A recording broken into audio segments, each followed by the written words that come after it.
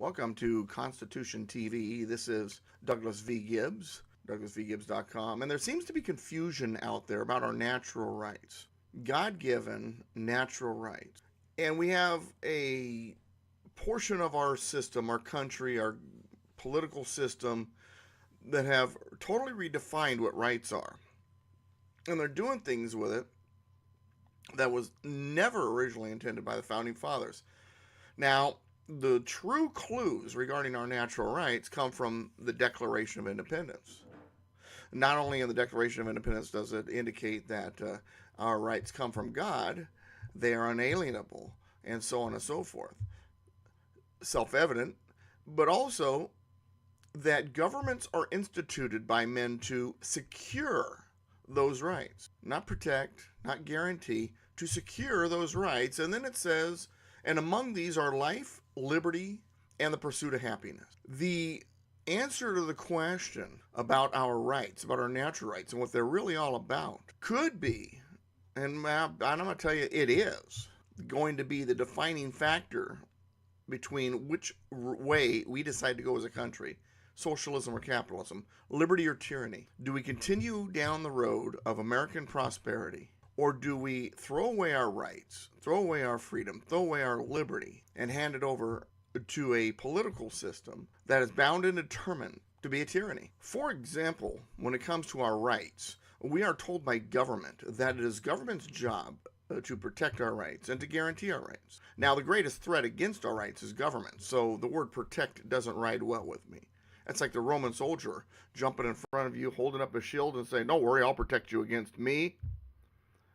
Government's the greatest threat to our rights. So they're not there to protect our rights. They're there to secure our rights, to keep them where they belong, in our possession, because they're given to us by God. There's also this belief that government's there to guarantee your rights and to subsidize your rights if you can't afford them. And so healthcare, matter of fact, is one of those arguments. If you can't afford healthcare, government's there to make sure you have healthcare. They're going to pay for your insurance and give you socialized medicine.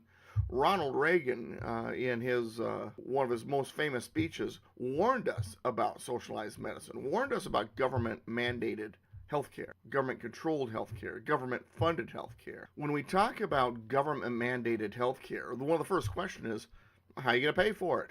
Where's the money going to come from? And it's that way with anything that has to do with socialism. Margaret Thatcher said that the problem with socialism is eventually you run out of other people's money. So first of all, there's that factor. The other thing is human nature. We naturally tend to do things when in certain situations. So if government health care is being handed out, of course we're being taxed and nothing's for free, but it's being handed out. What happens is everybody starts to utilize as much as possible. They're at the doctor all the time for every little sniffle. What are they worried about? It's not going to cost them a dime. They're paying for it anyway. So you wind up, number one, with a backup of lines, long lines of patients. The doctors now, you can't make a living the same way you could before. Now it's a government job. You're not going to make this unbelievable amount of money as a doctor. You're going to get a government's wage for it. So now the doctors abandoned. The best of the brightest no longer want to be doctors because the incentive is gone. So now the quality goes down. And then as the quality goes down, what winds up happening is the cost starts going up. And government can't even afford all of the things. I have a friend of mine who lives in Toronto, and she told me that when Canada went to healthcare, socialized medicine, it was great for the first few years.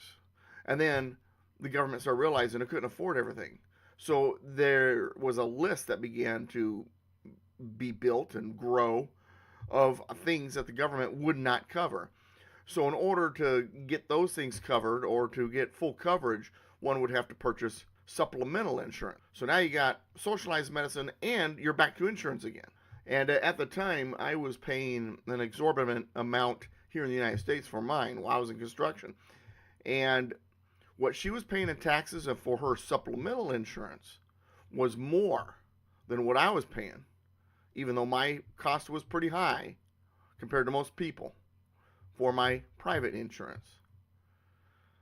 Why are you going to get the money? How are you going to pay for it? What happens when you go into socialized medicine, not that that's what this video is about, is where are you going to pay for it? How are you going to pay for it? The money There's just not enough, because the problem is, when it comes to socialism, parasite off of production. And you know what parasites do, right? They kill the host. So in a movement towards socialized medicine, in the hopes of moving towards government-controlled medicine, during the Obama administration, they pushed the Affordable Care Act, or the Unaffordable Care Act, depending on what you want to call it, Obamacare. And there was all kinds of promises made, and none of them were met. You lost your doctor. The price went sky high. So now, since that didn't work, they realized they couldn't do it.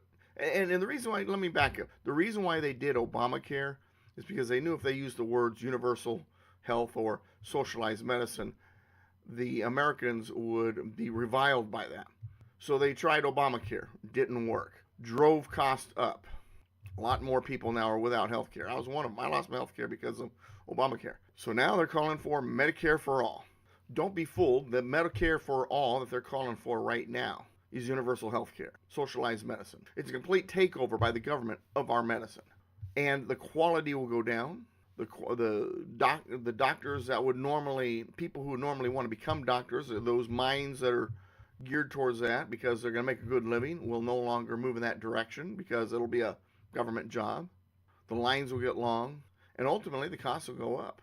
And it'll destroy what has been a pretty successful healthcare system in the United States. Now, when it comes to healthcare, I'm not a big fan of insurance companies. I think, someday we ought to be able to go back to the patient-provider, dichotomy that used to exist, but, so be it. But here's the reason why I bring up healthcare. The reason why I bring all this up is it gets back to our rights. We're told that you have a right to healthcare. Therefore, universal healthcare, socialized medicine, whatever, government must provide you healthcare because it's a right. So it's guaranteed. And if you can't afford it, government will fund it. Well, that argument is pretty much a mainstream argument now on when it comes to our rights, except that's not what the Declaration of Independence says, which I mentioned earlier. And that isn't even what the Constitution says. If the definition of a right is that government must protect it and guarantee it and fund it, if you can't afford it, the Second Amendment says that we have a right to keep and bear arms. So should not government then be funding guns for those who can't afford one? Doesn't work with their definition. So obviously that's not the right definition. The definition to our natural rights, what is a right? We see it with healthcare right here. That's the wrong definition. That's not, do we have a right to healthcare? Is the question. There was a Miss USA pageant contestant, and she was asked, do we have a right to health care? And she said no. It was a responsibility. And she was attacked by the mainstream media for that answer. We have a right to health care. It's a fundamental right, and government must protect it and fund it and make sure everybody has it. Well, she was partially right. We don't have a right to health care, but getting back to the Declaration of Independence, we do have a right to pursue it. Remember, life, liberty, and the pursuit of happiness. But do you have a right to pursue it? Do you have the right to be happy? No. Yes. Life, liberty, and the pursuit of happiness. Life, you are alive. You have a right to stay alive. And government should be restrained from taking that right away from you. Liberty, we have a right to liberty. We have a right to freedom. And government should restrain itself so as not to interfere with that right. The rest of our rights are a little different. We have a right to pursue them. Life, liberty, and the pursuit of happiness. You have a right to pursue your health care. Broke my ankle? I have a right to pursue someone to fix it. But I don't have a right to force this particular doctor or that particular doctor to fix it by force of law. I have a right to pursue gun ownership, but I have to go through certain processes. Like save up the money to afford it in the first place. I have a right to pursue a home, and I can work towards it. But I don't have a right to a home where they must give it to me. Life, liberty, and the pursuit of happiness. We have a right to pursue a lot of these rights that we're being told we're entitled to. Government must guarantee them. They must fund it. No, that's not government's job. Government's job is just to get out of the way so that the opportunity to pursue those rights is within our grasp. I remember when I was younger, we used to see signs at these businesses. We reserve the right to refuse service to anyone. Someone can't force you to serve them because you have your rights. I have a right to swing my arms. You have a right not to be slugged in the face. So I need to be responsible with my right to swing my arms. And also, I have a right to pursue swinging my arms in any arena I want. But if it interferes with somebody else's right, then my right needs to be pulled back. limited. Not because we live in a place where we should be limiting our rights, but because it's the responsible thing to do. I have a right to go through the intersection. But my right to go through that intersection stops at the bumper of the next guy.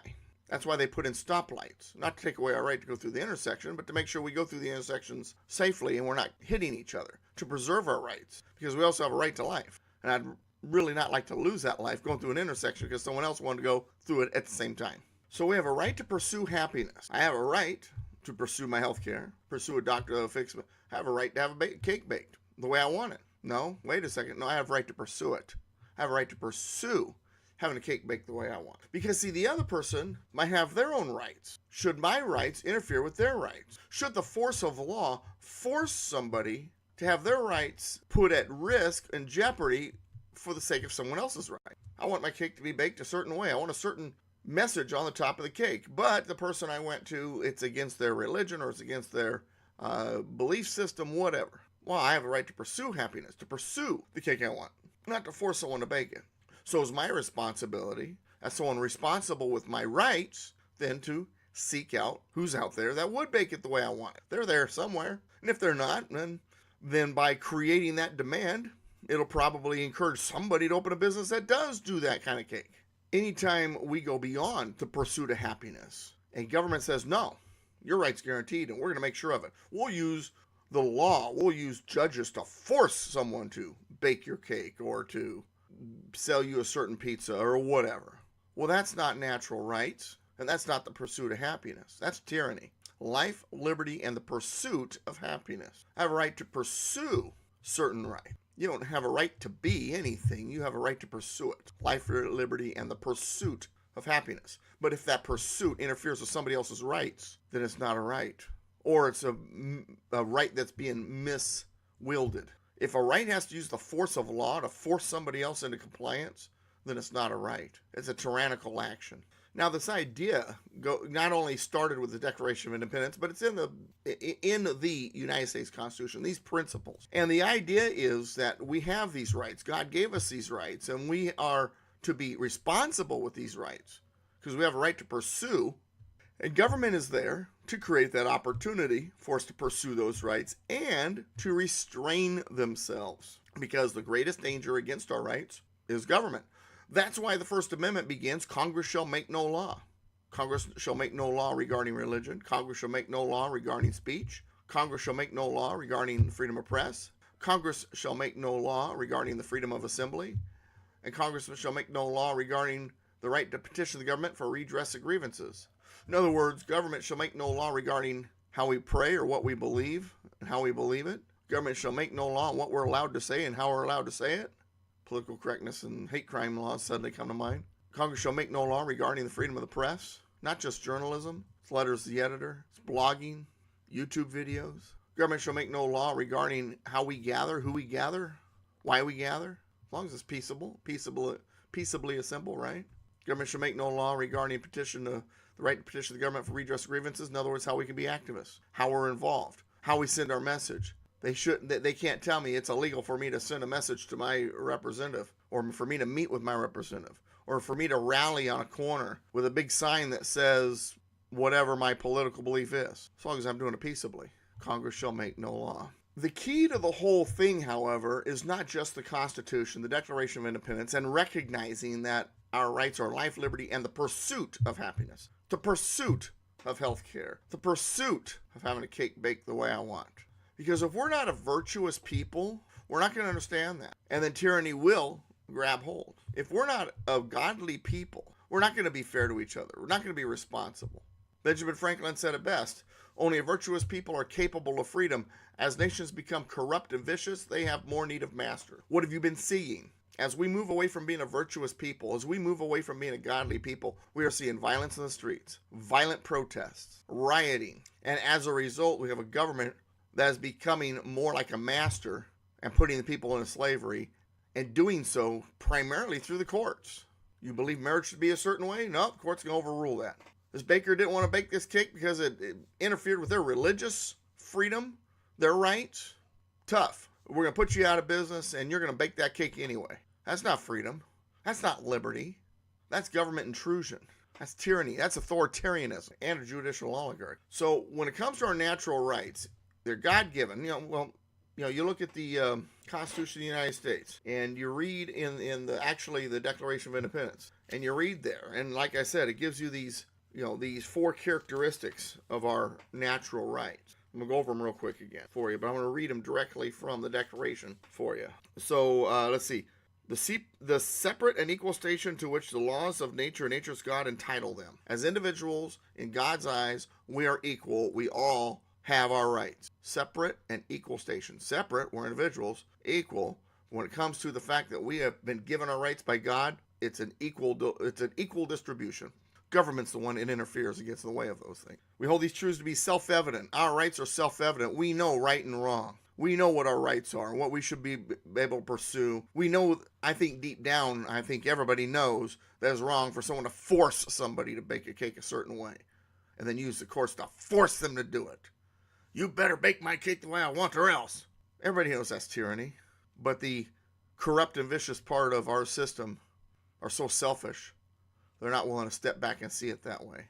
All men are created equal and are endowed by their Creator with certain unalienable rights. We are endowed by our Creator with our rights, and they are unalienable. They belong to us no matter what. They're inseparable. Government may block our access to a right, but that doesn't make them cease to be our rights. Even if they confiscated every gun in the country, I would still have a right to keep and bear arms. And it would be my duty to do whatever it took to restore access to that right. Government's job is to provide opportunity by staying out of the way, life, liberty, and the pursuit of happiness, for us to pursue our rights, pursue property ownership, pursue good job, pursue health care, pursue having products made the way I want, life, liberty, and the pursuit of happiness. When government ceases to provide that opportunity and instead becomes an obstacle, it's tyranny. So what do we have now? We have tyranny. We have a system that began with the Declaration of Independence. Then it was codified in the U.S. Constitution. And now it's being systematically destroyed and dismantled by tyrants through methods like political correctness, judicial oligarchy, demanding that a product be made a certain way or else you're out of business because they're somehow part of some protected group. There shouldn't be a protected group. We're all created equal. We all should have the opportunity to pursue our happiness. If I wanted a Muslim baker to bake a cake with a cross on top of it and he refused, do you think I would have gotten the same treatment in the courts? Probably not. Life, liberty, and the pursuit of happiness. We have a right to pursue our natural rights. Not to demand it, not to use the judges to force people. I have a right to swing my arms, but I need to be responsible with my right to swing with my arms so that I don't punch you in the nose. You have a right to pursue happiness, but we also have a responsibility not to allow that pursuit to interfere with other people's rights. If it does, redirect the pursuit. Find a baker that will bake the cake. Douglas V. Gibbs. Go to douglasvgibbs.com or politicalpistachio.com if you want to help fund what I do with these videos, my writing, my classes, and so forth. Also, I have books available. douglasvgibbs.com/books.php. 6 books at the time I made this video. A Promise of American Liberty coming out really soon. That is a resource that you want to get your hands on. Go check it out. See if it's available. It's a little bit more expensive. It's a bigger book, but I'm going to tell you what. It will be the most valuable resource in your library. Use it as a reference guide. Glossary, index. You want that book. A Promise of American Liberty. And that said, I am Douglas V. Gibbs. We'll see you next time. Until then, stay constitutional.